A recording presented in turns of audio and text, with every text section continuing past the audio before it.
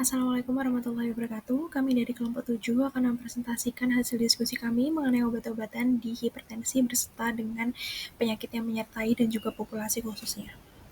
Untuk penjelasan yang pertama akan dijelaskan oleh Muiz.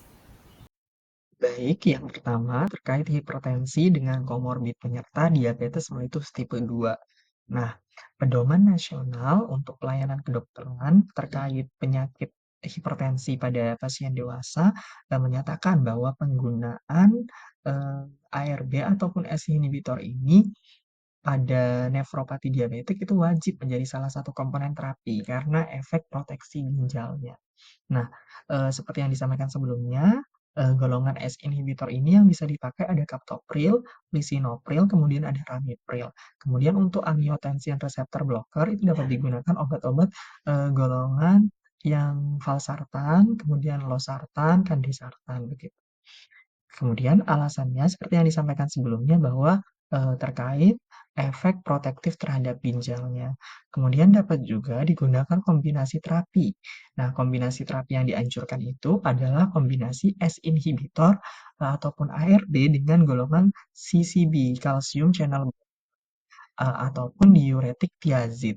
Nah, contoh kombinasi yang dapat digunakan itu, pertama ada S inhibitor plus amlodipin, kemudian ada ARB plus amlodipin, ataupun S inhibitor plus thiazid like diuretik. Contohnya clortalidon. Nah, ini menjadi sebuah catatan bahwasanya S inhibitor dengan angiotensin reseptor blocker tidak boleh diberikan secara bersamaan karena efek sampingnya itu dapat tinggi pada pasien diabetes, resiko hipokalemia dan penurunan fungsi ginjal. Kemudian untuk yang selanjutnya yakni hipertensi dengan penyakit ginjal kronik. Nah, atau PGK. Obat lini pertama yang dapat digunakan pada pasien PGK di sini yakni S inhibitor ataupun angiotensin receptor blocker juga sama halnya dengan DM tipe 2. Alasannya ini dapat menurunkan albuminuria, kemudian dapat memperlambat penurunan fungsi ginjal dan menurunkan resiko kardiovaskular.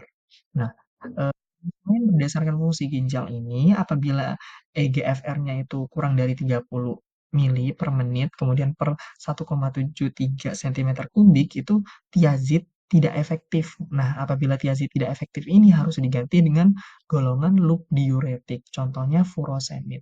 Nah, kombinasi yang dapat digunakan pada hipertensi dengan penyakit ginjal kronik ini yakni S inhibitor ataupun ARB dengan golongan CCB ataupun S inhibitor atau ARB dengan diuretik dan dapat dipilih loop diuretik apabila EGFR-nya itu kurang dari 30.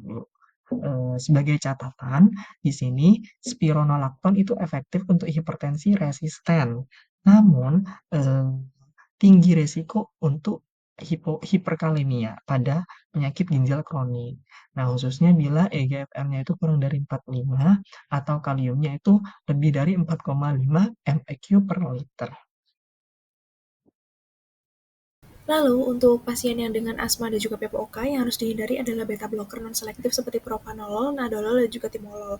Hal itu karena obat-obatan tersebut dapat menghambat reseptor beta 2 sehingga menyebabkan bronkospasme yang akan memperparah keadaan asma dan juga PPOK. Nah, untuk yang dihati-hati adalah ACEI seperti captopril, lisinopril. Kenapa? Karena si ACEI itu bisa menyebabkan penumpukan bradikinin sehingga bisa menyebabkan batuk yang mana kondisi tersebut bisa memperparah PPOK dan juga asma. Lalu ada beta blocker selektif beta 1, walaupun dia memang selektif beta 1, tapi memang harus dipertimbangkan dengan kehati-hatian karena bisa jadi ada efek kepada asma dan juga PPOK. Lalu yang disarankan adalah yang pertama ada CCB seperti amlodipin dan juga nifedipin, ada ARB seperti losartan, valsartan, ada diuretik seperti HCT, lalu alpha blocker seperti doxazosin, prazosin, dan juga metildopa. Nah, untuk anak-anak sendiri itu yang pertama ada terapi non-farmakologis yang lebih disarankan yakni dengan penurunan berat badan, diet rendah lemak dan juga garam, olahraga yang teratur, dan juga penghentian rokok dan juga minum alkohol. Lalu untuk farmakologisnya dia menggunakan golongan ACEI seperti captopril, lalu ada ARBS seperti losartan, lalu yang ketiga ada CCB itu amlodipin, velodipin, lalu untuk alpha beta blockers dia adalah betolol, carvedilol, lalu ada beta blocker sendiri untuk atenolol, metoprolol, propanolol. Lalu ada central alpha blocker yang mana dia ada clonidine, prazosin, doxazosin, lalu ada vasodilator seperti hydralazine dan juga minoxidil. Lalu untuk tata laksananya sendiri untuk anak-anak itu sesuai dengan peraturan Kemenkes, itu yang pertama tuh langkah pertama dia menggunakan diuretik dengan dosis minimal atau dengan alpha atau beta blocker dosis minimal. Kalau misal dia tidak pokoknya dilanjutkan sampai dengan dosis maksimal. Kalau misal tekanan darahnya tidak turun, bisa ditambah atau diganti dengan penghambat adrenergik atau pakai diuretik. Itu berawal dari dosis minimal dulu sampai dengan dosis maksimal. Kalau misal sampai dengan dosis maksimal masih belum turun tekanan darahnya, berarti bisa ditambahkan dengan vasodilator seperti hydralazine atau langsung dirujuk ke spesialis anak. Untuk ibu menyusui yang mengalami hipertensi bisa menggunakan CCB sebagai first choice-nya yaitu nifedipine, extended release, dan bisa juga menggunakan beta blocker yaitu labetalol dan metoprolol. Karena mereka semua sedikit diekspresikan dalam ASI. Preeklamsia dan eklamsia. Preeklamsia yaitu sindrom spesifik kehamilan yang ditandai dengan hipertensi, tekanan darah lebih dari sama dengan 140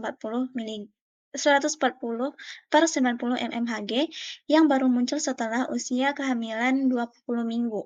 Kondisi ini disertai dengan proteinuria, adanya protein dalam urin, atau bukti lain adanya disfungsi organ maternal seperti gangguan ginjal, hati, atau neurologis. Lalu ada eklamsia, merupakan komplikasi serius dan gawat darurat dari preeklamsia berat. Terjadinya kejang konvulsi generalisata pada wanita dengan preeklamsia yang tidak dapat diatribusikan pada penyebab lain seperti epilepsi. Selanjutnya, epidemiologi. Preeklamsia mempengaruhi sekitar 2-8% kehamilan di seluruh dunia. Menjadi penyebab kematian ibu dan resiko perinatal, yaitu berkontribusi signifikan terhadap kelahiran prematur dan hambatan pertumbuhan janin. Adapun faktor resikonya seperti kehamilan pertama atau nulliparitas, usia ibu kurang dari 20 atau lebih dari 35 tahun, riwayat preeklamsia pada kehamilan sebelumnya, hipertensi kronik atau tekanan darah tinggi yang sudah ada, diabetes mellitus tipe 1 atau tipe 2, penyakit ginjal kronis, penyakit autoimun seperti lupus, kehamilan ganda kembar 2 atau lebih, obesitas, dan riwayat preeklamsia dalam keluarga. Tanda klinis utamanya seperti hipertensi atau peningkatan tekanan darah menjadi lebih dari sama dengan 140 per 90 mmHg atau lebih yang diukur setidaknya 2 kali dengan jarak waktu minimal 4 jam pada wanita yang sebelumnya normotensi.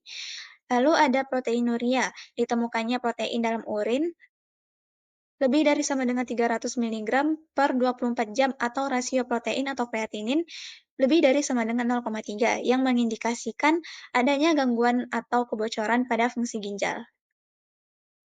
Adapun gejalanya seperti sakit kepala berat, gangguan penglihatan, nyeri ulu hati, edema parah, sesak nafas, dan kejang. Untuk terapi farmakologi, bagi hipertensinya bisa digunakan beta blocker seperti labetalol, CCB seperti nifedipine, vasodilator seperti hydralazine, agonis alfa 2 seperti clonidine. Kemudian untuk kejangnya bisa menggunakan magnesium sulfat IV. Kemudian jika pasien kontraindikasi dengan magnesium tersebut bisa digunakan benzodiazepin dan phenytoin. Untuk profilaksisnya bisa menggunakan aspirin dosis rendah. Kemudian untuk terapi non farmakologinya salah satunya bisa dilakukan posisi miring kiri untuk meningkatkan perfusi uteroplasenta. Kemudian pemantauan tekanan darah dan gejala secara teratur mengurangi aktivitas berat tapi bukan berarti bed rest total. Kemudian hidrasi adekuat dan manajemen stres dan pola makan yang seimbang. Baik, selamat siang teman-teman. Pada kesempatan kali ini saya akan melanjutkan pemaparan materi tentang hipertensi urgensi dan emergensi serta bagaimana penanganan farmakologisnya. Yang pertama adalah kita harus mengetahui apa itu hipertensi urgensi. Hipertensi urgensi adalah kondisi dengan tekanan darah sangat tinggi, lebih dari 180 sampai 110 mm merkuri tanpa adanya kerusakan organ target. Nah, untuk terapi farmakologisnya, kita bisa menggunakan obat-obatan dengan golongan ACE inhibitor seperti captopril dengan dosis 25-50 mg per oral dan dapat diulang setiap 1-2 jam hingga 150 mg per hari. Kemudian kita juga bisa menggunakan obat dengan golongan beta blocker dan alpha blocker dengan obatnya labetalol dengan dosis 200-400 mg per oral. Kemudian kita juga bisa menggunakan golongan agonis alfa-2 adrenergik dan juga penghambat saluran kalsium yakni amlodipin dengan dosis 5-10 mg per oral sehari, maksimal 10 mg per hari. Nah, tujuan terapi farmakologi ini adalah untuk menurunkan tekanan darah dalam 24-48 jam untuk menghindari komplikasi lebih lanjut. Selanjutnya adalah hipertensi emergensi, di mana kondisi ini adalah pasien dengan tekanan darah tinggi disertai dengan kerusakan akut pada organ target seperti stroke, infark miokard, ataupun gagal ginjal. Adapun terapi farmakologinya, kita dapat menggunakan obat dari golongan vasodilator yaitu nitroprussida, ada nitrogliserin, labetalol, esmolol, dan hydralazin.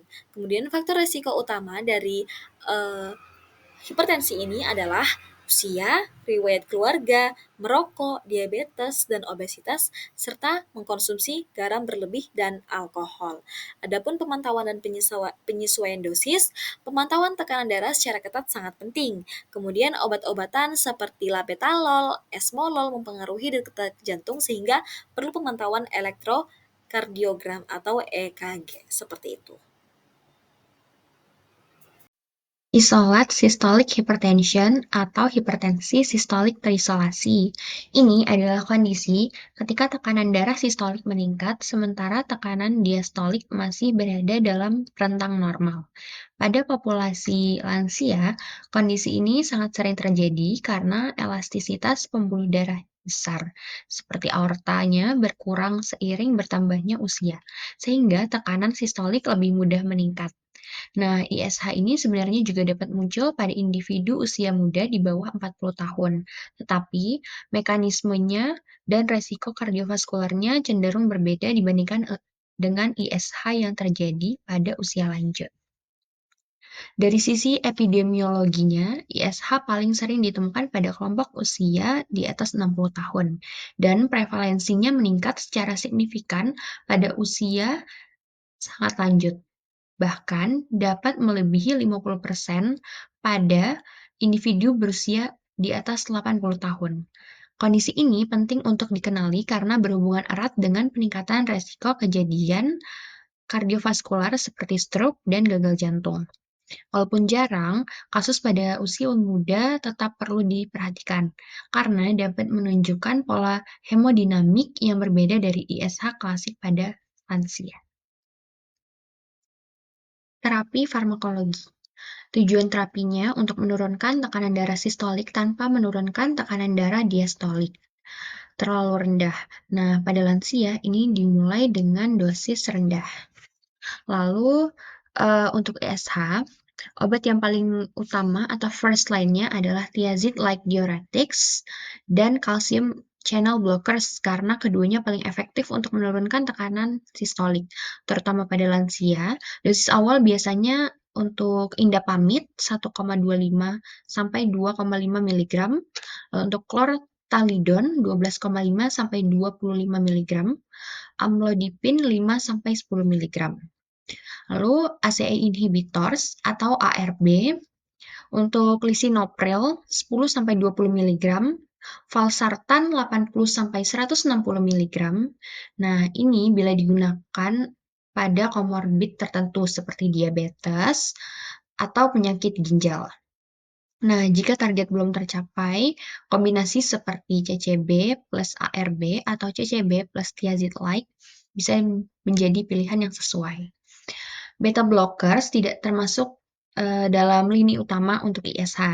Jadi hanya diberikan kalau ada indikasi seperti riwayat infark, aritmia, atau gagal jantung. Sekian presentasi dari kami. Kurangnya mohon maaf. Wassalamualaikum warahmatullahi wabarakatuh.